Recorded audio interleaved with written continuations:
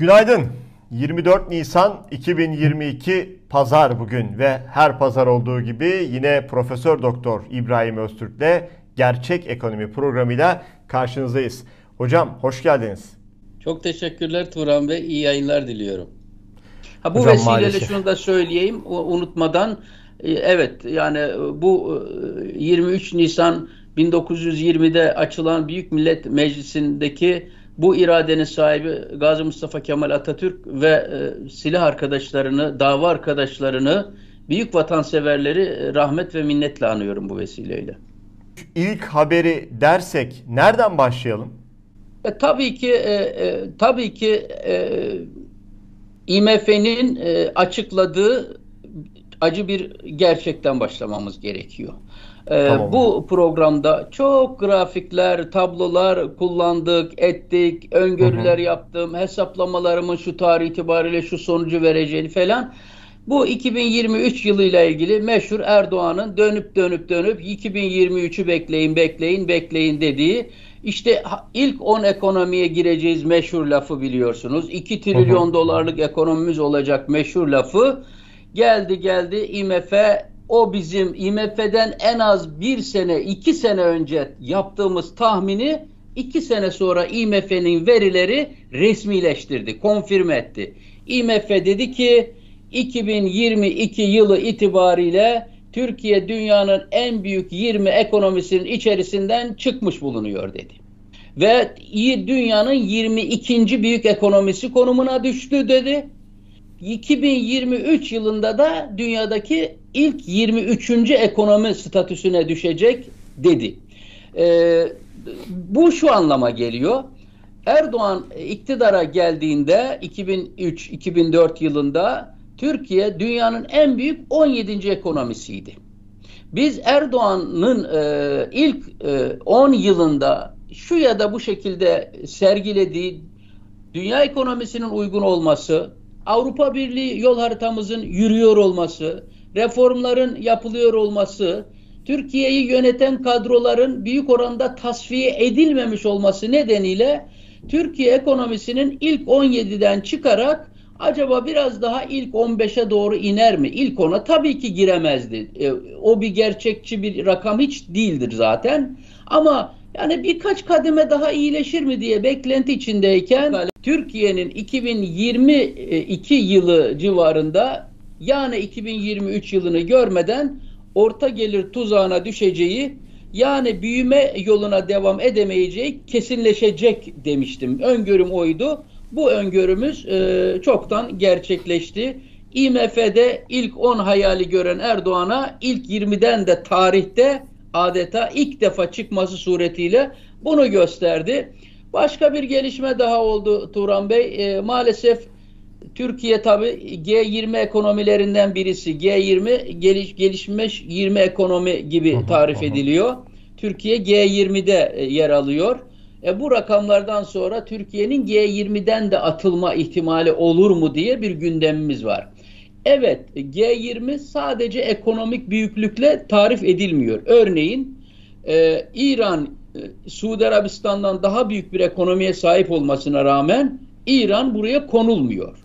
Örneğin Güney Afrika Cumhuriyeti ilk 20 içerisinde olmamasına rağmen G20'ye konuluyor. Bunun nedeni bölgesindeki kritik etkinlik alanına dayalı olarak kararlaştırılıyor. Kısmen siyasi bir analiz içeriyor yani. Dolayısıyla Türkiye elbette ki benim öngörüm G20'den tabii ki atılmayacak ama ilk 10 hayalleri çok hiç yoktu zaten. Erdoğan'ın bir yalanıydı ama ilk 20'de kalamayışı, 20 senelik iktidarından sonra ilk 17'de kalamayışı tabii travmatik bir durum oldu. Bakın bugün çok grafik gösterip takipçilerimizi yormayacağım ama hızlı 3 tane grafik gösterelim. Tamam. Birincisi Türkiye'nin milli gelirinin dünyadaki sıralaması. İşte bunu az önce konuştuk. IMF'nin verilerinden Türkiye 16. sıradayken 17 demişim halbuki. 2012 yılında 16. sıraya kadar çıkmıştı. Şimdi 23. sıraya doğru inmiş durumda. İkinci grafiğimizde Türkiye'nin kişi başı gelirinde dünyadaki sıralaması gösteriliyor Turan Bey.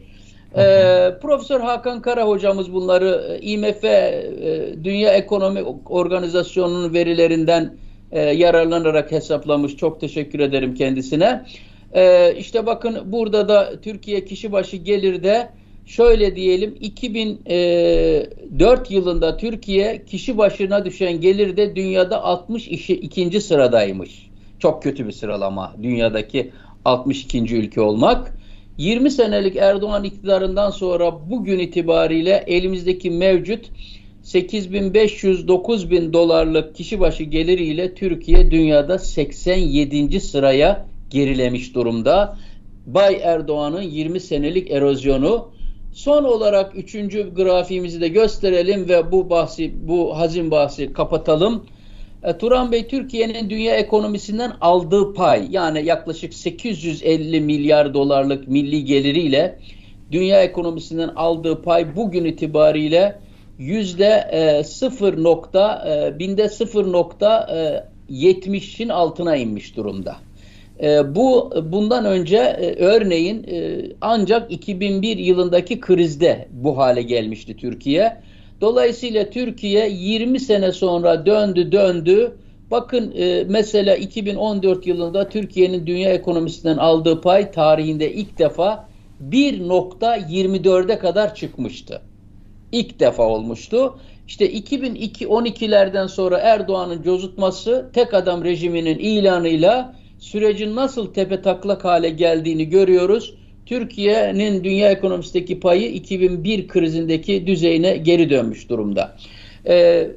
Bu rakamlardan sonra, bu grafikleri bu şekilde özetledikten sonra tabii çok önemli bir durumda ihracat cephesinde Turan Bey. Biliyorsunuz yani kişi başı gelir 2023 yılında 25.000 dolar olacaktı.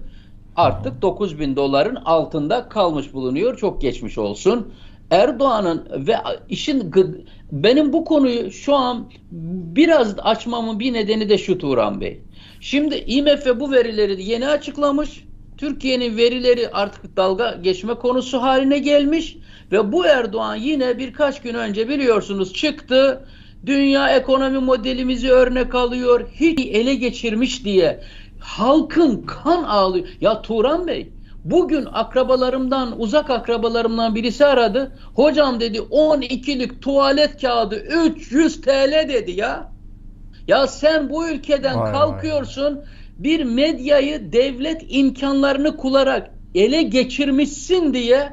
Ya bu kadar arsızlık bir milletin suratına baka baka yapılmaz arkadaş. Bakınız, ihracat hedefi Türkiye'nin 500 milyar dolardı değil mi Turan Bey 2023 yılında? 2023 yılında 200 milyar dolar olmayacak Türkiye'nin ihracatı. Ve Türkiye'nin ekonomi bakanı, dış ticaretten sorumlu ekonomi bakanı dedi ki, yine arsızca, efendisine benzer bir arsızlıkla, sanki hiç bunlar konuşulmamış gibi dedi ki, Allah'ın izniyle 2050 yılında 500 milyar dolar ihracat yapacağız dedi. 500 milyar hedefinin konulduğu tarih 2013 yılı. Ve 2023'e geldiğin zaman 30 sene daha yukarı atıyorsun onu. Bunlar böyle insanlar.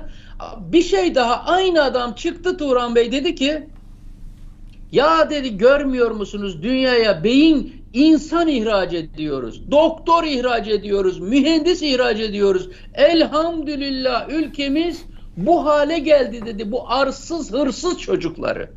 Beyin göçü. Halbuki bunun adı beyin göçüdür ve ülkemiz tasfiye olmaktadır, tahliye olmaktadır.